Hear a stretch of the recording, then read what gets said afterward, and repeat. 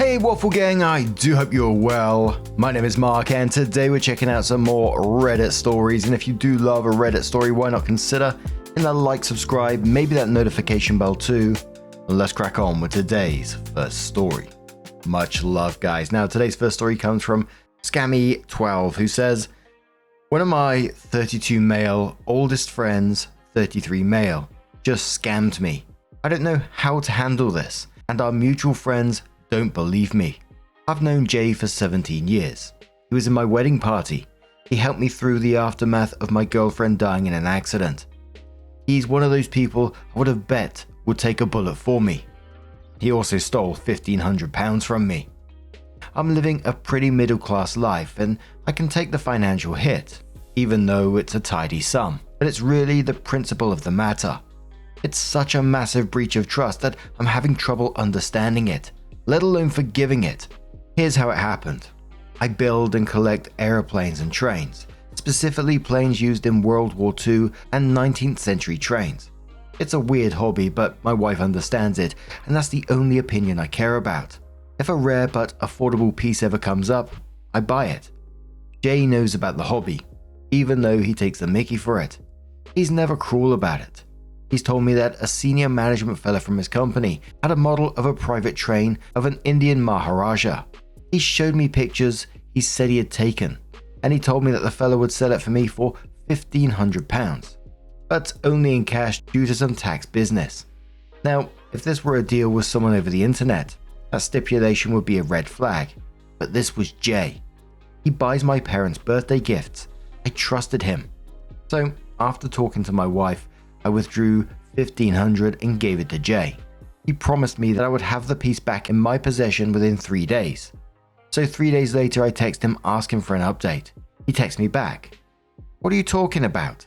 And then straight away calls me to apologize for the delay and promising me that I'd have it in another 5 days. Over the next 5 days I would text him daily asking for an update. He would always call me back to give an update.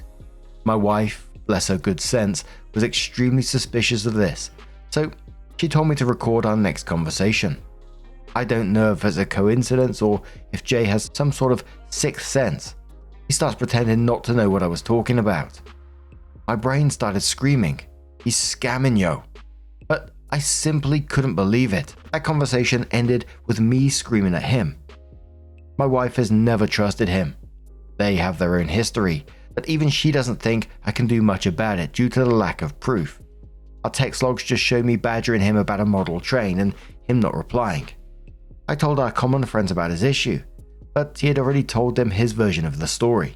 He played it like he was concerned about me as I was asking him about a model train he had no idea about. Some of them honestly believe I'm having a mental breakdown of some sort. If it weren't for my wife, I'd be thinking the same. What the fuck do I do? I can't approach the police on this matter if I can't even convince my friends. What do I tell Jay? He's been pretending like we're still the same friends on group chats. He comes from a well-to-do family. He's very well paid at his job. There should be no reason for him to need £1,500 so badly that he would be willing to scam me.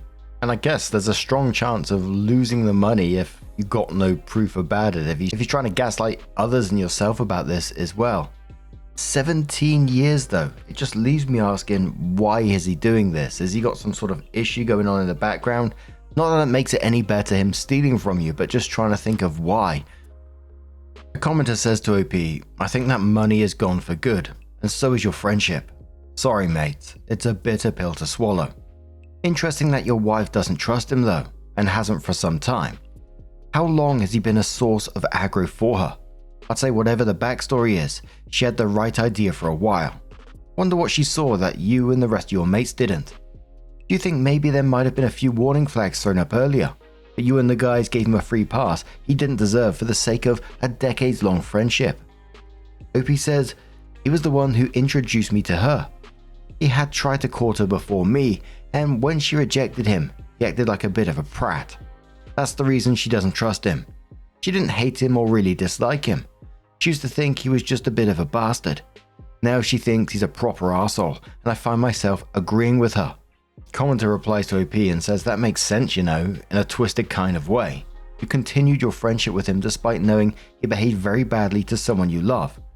Now he's scammed you, and your gang of friends are continuing their friendship with him despite this. He's either very charismatic and capable of getting people on his good side, or you and all your mates in your social circle are deeply uncomfortable calling someone out on shoddy behavior and would rather just sweep it under the carpet as long as you can all hang out together. Mates, innit? Is anyone else in the group a bit of a twat, or regularly comes off as rude and mouthy to women and strangers, but still gets invited as part of the group? In either case, I think it's time for a change of scenery. If it's the first, he's capable of getting others on his side, and has had practice at getting people to overlook shitty behavior. If it's the second, I'm afraid I think that you may have been part of the problem, given your collective willingness to let the bit of a bastard behavior slide before. I recommend reading the Captain Awkward article of My Friend Group Has a Case of the Creepy Guy, because what it demonstrates very well is that guys like this will continue to be shitty to other people while their mates stand by and watch and ignore it, unless someone stands up to them. But one day the next target may be you, and nobody will stand up to them for you either. Another commenter says to OP, I'm sorry this happened to you. Can your wife back you up to your friends? If you have them on your side, they could help you get your money back. If you have bank statements to prove the money has been taken from your account, I believe you should go to the police and make sure they have records of everything. Good luck. OP says my wife has backed me up to my friends. They think she's just backing me up because that's what she's supposed to do as my wife. The bank statements just show a withdrawal of $1,500 by me. Nothing else.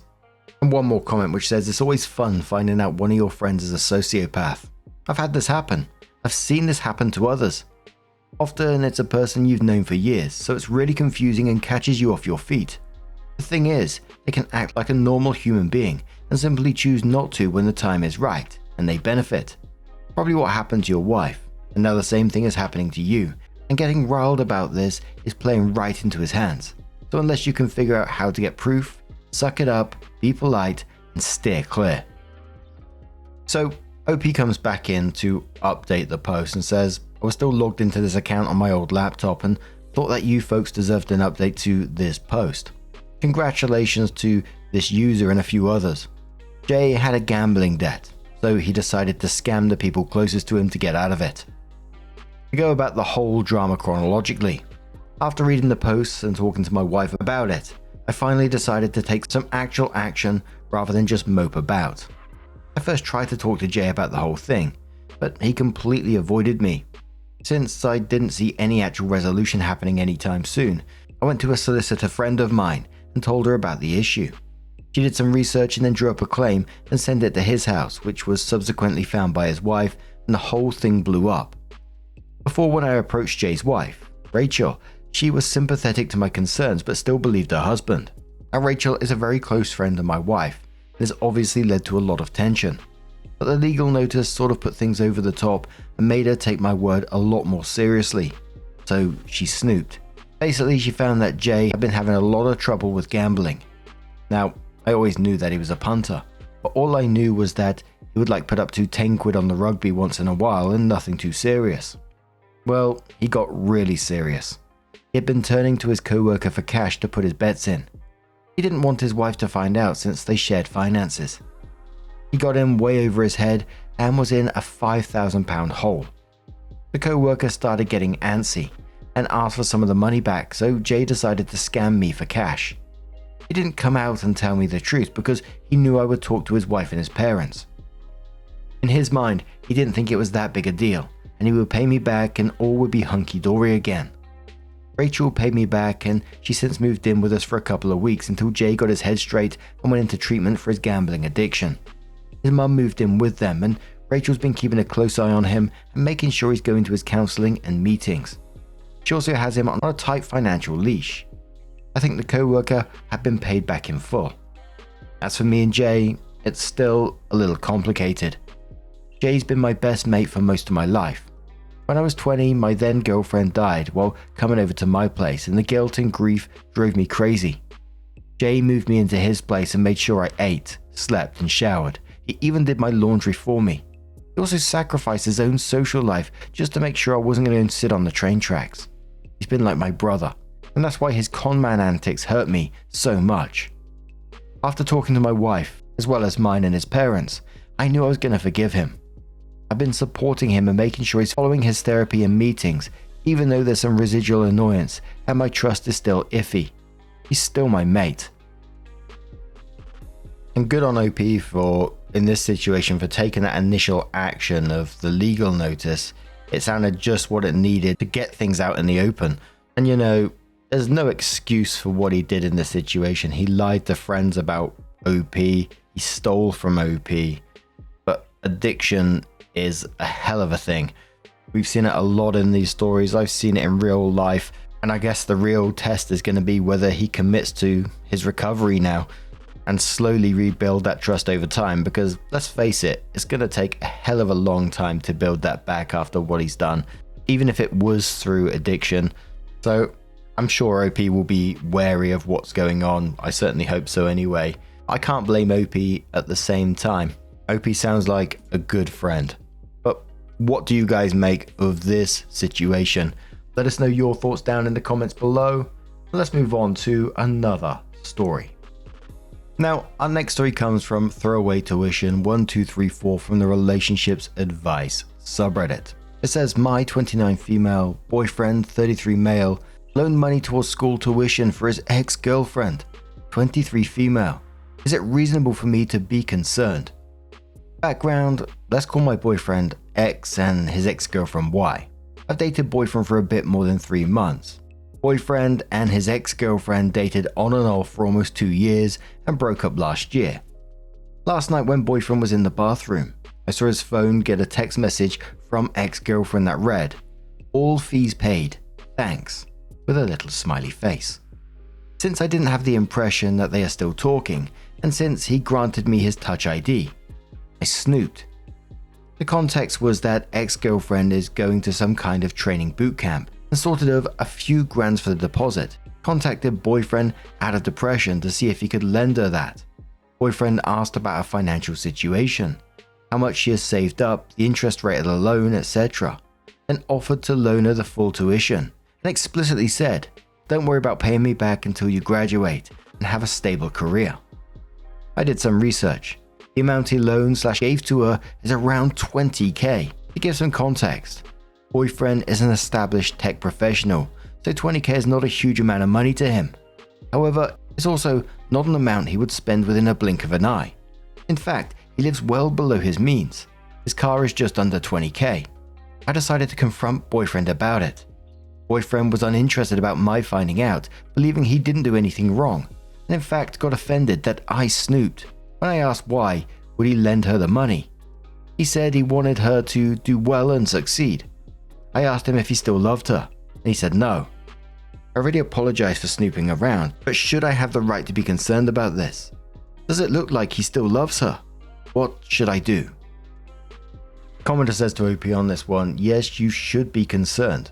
This guy is still highly involved in his ex's life and doesn't seem like he'll be able to prioritize your relationship over her. I'd just move on. Starshine says, yeah, that's a deal breaker, ladies and gentlemen. A 33-year-old man giving 20k to a 23-year-old for school. Sure, Jan, trust your instincts. But for real, even if there is no funny business going on, he has to know how this would look to any outside observer, let alone his current girlfriend, so he's woefully obtuse here in dealing with your feelings about this. The only thing that might convince me of his good intentions would be if he regularly has given friends large sums of money for school and necessities. Commenter says that's an insane amount of money. Not just any female friend either, but his ex. Why wouldn't he even mention that or discuss it with you? It's weird that he, according to him, didn't even consider that it was something that might cause an issue. If he really thought that, he probably wouldn't have hidden it from you to this extent. And I understand the snooping thing, but to be fair, he did give you his Touch ID, so that's not as strong as a defense as it would otherwise be. Can the two of you normally talk about issues in your relationship? Do you have good communication? Do you have a sense that he cares about and respects your feelings? And could he be a sugar daddy to his ex? Seems like there might be a few things going on here. Another commenter says, it's not a lot of money for him. I think it's nice that he wants to help her succeed. There's no effort on his behalf, but means the world to her. It doesn't mean that he's still in love with her, just that he's a nice guy who wants to help someone he knows is smart and give her the opportunity she might otherwise not have. He likes her because he knows her and wants her to do well. So what? He's not having her over for dinner every evening or spending time with her. It's just money that is relatively small amount to him. Stay out of it. It's none of your business. Commenter asks, how did their relationship end? You say they were off and on, but did it end where they both consider each other close friends? Were they close friends that tried a relationship and realized that being romantic with each other was not what they wanted? I'd be slightly concerned, but in the long run, what he does with his money is his business. You have the right to be concerned, but he also has the right to think what he spends his money on is not up for debate. Opie replies and quotes how did their relationship end and says, I'm actually a close friend of his sister. So from what she told me, they broke up because ex-girlfriend was extremely childish and non-committal. Example, he tried to introduce her to his family and friends and she always tried to find a way out. She's also very young and still wants to develop her career, etc, etc. Well, he wants to settle down and have kids. He actually never mentioned about her to me, and he didn't look like he talked to her on a daily basis. In fact, last time they texted on his phone before this happened was 6 months ago. Quotes again saying, I'd be slightly concerned, but in the long run, what he does with his money is his business. And then says, that's what I think too. I'm not entitled to his money, as we have not dated for a long time. I'm more concerned that he may still be in love with her, as 20k is not a small amount to loan/spend on someone who you don't care about. So OP comes in with their update and says my last post is here, and then shares the link. Thanks everyone who commented on my last post. I posted it on Reddit and left it there because I don't use Reddit that often. Anyway, after I confronted him about the loan, I told him we needed to stop talking for a few days so I could think about the relationship. Today when I was leaving my office, he texted and asked if we could meet. I almost ignored it, thinking he realized what he did was inappropriate and wanted to say sorry. Turned out, when I was thinking about the relationship, he was evaluating it too. He realized the girl means a lot to him, probably a lot more than me. He's not sure if he wants to come back to her, but he's pretty sure he doesn't want to waste your time any longer because it's unfair to you. By you, he means me. So yes, Reddit, my relationship ended pretty abruptly. My pride was shattered, but at least I can be glad of the fact that my time isn't wasted anymore. The top commenter said on this one, actually, you should be pretty proud of yourself. You saw that your boyfriend was acting like a sugar daddy, and you respectfully called him out on it and set boundaries. He will be hurt in the long run, but you are freed from seeing the train wreck. Freed is the important word here. You get to spend your holidays any way you want. Go to museums, decorate your home, cook for your friends. I found that the times I've been single were times of great career achievement and creativity. I'm thinking a spa day is in your near future. Opie said, good idea. I already booked a spa day for me and my best friend. But now, I'm going to turn this one to you guys. What do you guys make of this situation? Let us know your thoughts down in the comments below, and let's move on to another story. Now, our next story comes from the Best of No Updates subreddit, and it's from Lillian3435543, and it says, am I the asshole for firmly telling my husband I won't cook for his friend again? For context, my husband's male 33 best friend, male 37 Dale, lost his wife to cancer this past March. Ever since I've been asked by my husband to consider sending hot homemade meals to his suffering friend, and I've started including Dale in the meals I cook. It started off as 1 meal a week, then gradually became 3 to 5 meals a week. Then my husband started coming with requests from his friend Dale, wanting me to cook certain meals that he preferred. I wasn't so fine with it as I already had not a lot of time to spend in the kitchen. I'm a nurse, and work has become very exhausting. As well as money we spend to buy ingredients, we need to cook meals for Dale. Dale would send me texts or emails thanking me for the meals I sent him, but at the same time kept sending suggestions and new ways to improve my cooking. Like how his wife made X meal more crispy, or how X meal should have more sauce. I gotta say, I started feeling irritated, especially since Dale kept texting all the time, and even when I don't respond, it texts my husband who asked me to please be more patient, since this is a phase and will pass. A few days ago, I was in the middle of my shift at 11 AM when Dale sent me a text, but I was too busy in my unit, I didn't even look at it. I work in a big hospital, so the pressure is big. I got off work at 9 PM to find my husband at home looking upset. I asked him and he told me his friend Dale texted me early in the morning to tell me he was having guests over and wanted me to cook him a meal so he could serve it to them. But I didn't respond and kept him hanging, forcing him to order food at the last minute. I was taken aback. I didn't know why he'd come to me expecting that I cook for his guests, knowing that I had work. My husband said his friend was just asking, but I ignored and made him feel like a burden. I told him A, I was busy working, and B, I'm not obligated to cook for Dale, much less his guests that I never met. My husband said that Dale would have said okay if I said no, but he thinks that I work too much if I can't take a minute to look at a text he sent. Dale said that. It's funny, because my job's paying for the food Dale's been eating since March. My husband said I put Dale in an awkward position and should apologize and clear the air, but I told him I'm no longer cooking for his friend, period. Since this is the type of treatment I get and being treated like a maid or a personal cook, then I'm not cooking for Dale again, ever. I said this, then I went upstairs. My husband said I overreacted and was being insensitive towards his widower friend and should have had more grace because his friend is struggling himself in this hard time. Additional info. A, Dale doesn't work, and my husband says it's rude to ask Dale to pay for food we send him when I complained about the stuff I'm having to pay for to cook. B, my husband says Dale already has other friends helping out, but not with cooking, as they're single and none of them know how to cook just like my husband. C, Dale thinks I work too much. How does that even concern him? I have no idea. Dale and I never really gotten along, but I keep it civil since he's my husband's best friend and is struggling to adapt as a widower, so I try to be graceful and understanding. My husband goes over to his house to help with whatever he can, so it's not just me helping. But because my husband doesn't cook, he thinks Dale deserves to have a hot meal or two weekly. Cooking is not a problem for me, if it doesn't interrupt work. I cooked for my brother many times when our mother passed away, but it's how Dale kept texting all the time. My husband works from home and takes care of household chores except cooking. Jazz-like humor says to this one, not the arsehole, texting you at work to cook for his friend's friends. That's nuts. If someone needs to cook for his friend, your husband can always do the cooking, especially if you are working. You don't have any magic skills in the kitchen that he can't develop if he thinks it's important that someone from your family cook for his friend. I'd also draw a line at having this friend over more than one meal a week. Any more than that, and your husband needs to prepare the meal, because it is, as you say, a lot of work. It is also really intrusive to have a guest over that many times a week. What about your privacy? If your husband thinks that cooking is no big deal, he can do it. If it's too big of a deal for him, it's too big of a deal for you.